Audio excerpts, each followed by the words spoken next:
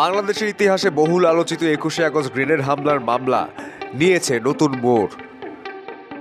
বিএনপির ভারপ্রাপ্ত চেয়ারম্যান তারেক রহমান হাইকোর্টের রায়ে এই মামলায় খালাস পেয়েছেন। তার এই খালাসের পর তার দেশে ফেরার সম্ভাবনা নিয়ে শুরু হয়েছে ব্যাপক আলোচনা।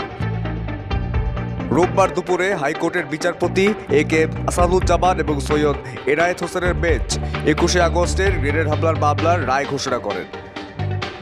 রায় তারেক রহমান সহ মামলার সব আসামিকে খালাস দিয়েছেন আদালত। একই সঙ্গে বিচারিক আদালতের আগের রায়কে অবৈধ ঘোষণা করা হয়েছে। রায়ের পর আদালত প্রাঙ্গণে গণমাধ্যমের সামনে তারেক রহমানের আইনজীবী শিশির মনির বলেছেন, তারেক রহমান দ্রুত দেশে ফিরে আসবেন, তবে তার নামে আরও মামলা চলমান থাকায় চূড়ান্ত সিদ্ধান্ত আসতে কিছুটা সময় লাগতে পারে। ২০০৪ সালের ২১শে আগস্ট গ্রেনেড হামলা হয়। তৎকালীন সরকারের অধীনে এই হামলার তদন্ত শুরু হলেও কোনো প্রতিবেদন দাখিল হয়নি। এরপর ২০০৮ সালে প্রথম তদন্ত প্রতিবেদন জমা দেওয়া হয়, যেখানে ২৮ জনকে আসামি করা হয়েছিল। কিন্তু মামলারই নতুন মোড় নেয় আরও একটি তদন্তের পর। মুফতি হান্নানের দ্বিতীয় কনফেশনের ভিত্তিতে করা নতুন তদন্তে আরও ৩০ জনকে আসামি করা হয়। তবে এই তদন্তের বৈধতা নিয়ে প্রশ্ন তুলেছিলেন তারেক রহমানের আইনজীবীরা। শিশির মনির দাবি করেন, ভারতীয় উপমহাদেশের বিচার ব্যবস্থার ৪০০ বছরের ইতিহাসে এমন নজির নেই যে দ্বিতীয় কনফেশনের ভিত্তিতে কাউকে সাজা দেওয়া হয়েছে। এই নিয়ে শিশির মনিরের বক্তব্য, দুইটি গুরুত্বপূর্ণ প্রশ্ন ছিল। প্রথমত, দ্বিতীয় কনফেশনের ভিত্তিতে কোনো সাজা দেওয়া যাবে কিনা। আদালত স্পষ্টভাবে বলেছেন না। দ্বিতীয়ত, পরবর্তী তদন্তের ভিত্তিতে মামলা আমলে নেওয়ার অধিকার আদালতের ছিল না। তো এই দুটি বিষয়ই বিচারিক আদালতের সিদ্ধান্তকে অবৈধ ঘোষণা করা হয়েছে।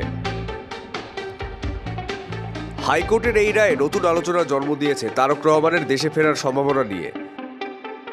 আদালত তার বিরুদ্ধে থাকা মামলা পর্যালোচনা শেষ করার পর তিনি দেশে ফিরবেন বলে জানানো হয়েছে।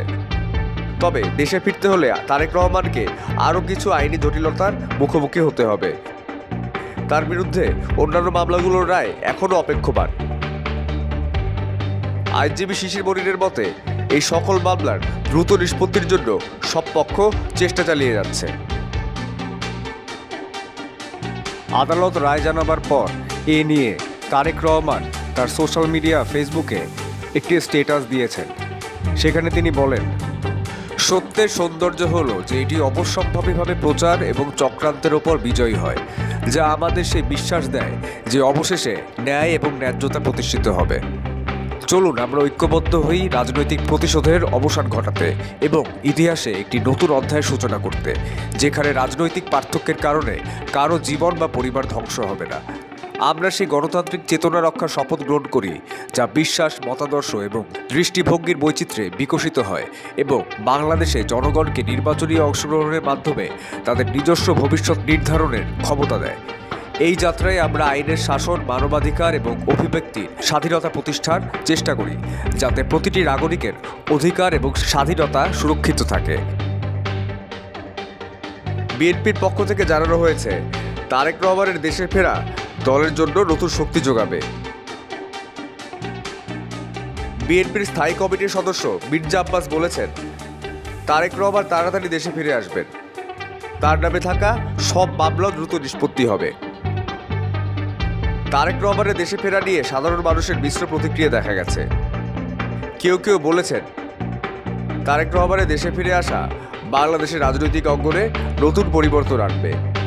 আবার কেউ মনে করছেন, এই নিয়ে নতুন করে রাজনৈতিক উত্তেজনা সৃষ্টি হতে পারে। বিশেষজ্ঞরা বলছেন, এই রায় শুধু একটি ব্যক্তিকে নয়, বরং দেশের বিচার ব্যবস্থার ন্যায়পরায়ণতাকে সামনে নিয়ে এসেছে। তবে ভবিষ্যতে রাজনৈতিক অঙ্গনে এর প্রভাব কেমন হবে তা এখনই বলা যাচ্ছে না। তারেক রহমানের মামলা থেকে খালাস এবং দেশে ফেরা নিয়ে আলোচনা দেশের রাজনৈতিক প্রেক্ষাপটকে এক নতুন আলোচনায় নিয়ে এসেছে।